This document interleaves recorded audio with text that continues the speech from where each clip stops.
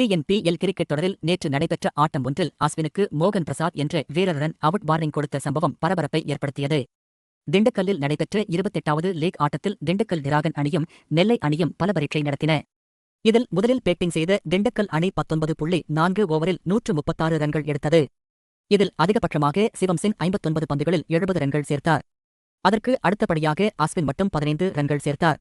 இதனை அடுத்து களமிறங்கிய நெல்லை அணி 17.5 ஓவர்கள் எல்லாம் 6 விக்கெட்டுகளை இழந்து வெற்றி இலக்கை எட்டியது. அருண் கார்த்திக் 30 பந்துகளில் 45 ரன்களும், குருசாமி 39 பந்துகளில் 43- ரன்கள் எடுத்து நெல்லை அணியின் வெற்றிக்கு வித்திட்டனர்.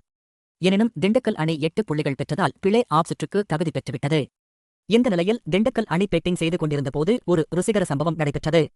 எப்போதும் அஸ்வின் தான் கிரிக்கெட்டில் உள்ள விதியை பயன்படுத்தி பந்துவீச்சாளர் முனையில் இருக்கும் பேட்ஸ்மேன் கிரீஸை விட்டு வெளியேறினால் அவரை ரன் அவுட் செய்து பரபரப்பை கிளப்புவார். பேட்ஸ்மேன்கள் எப்போதும் கிரீஸை விட்டு வெளியே செல்லக்கூடாது என அவர் கூறுவார். இந்த நிலையில் அஸ்வின் நேற்று பேட்டிங் செய்யும்போது பந்துவீச்சாளர் முனையில் நின்று கொண்டிருந்தார். அப்போது மோகன் பிரசாத் என்ற வீரர் பந்து வீசும் முன்பே அஸ்வின் கிரீஸை விட்டு வெளியேற முயற்சி செய்தார்.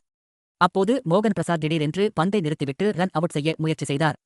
ஆனால் அதனை செய்யாமல் நடுவரிடம் சொல்லி அஸ்வினுக்கு வார்னிங் கொடுக்க சொன்னார்.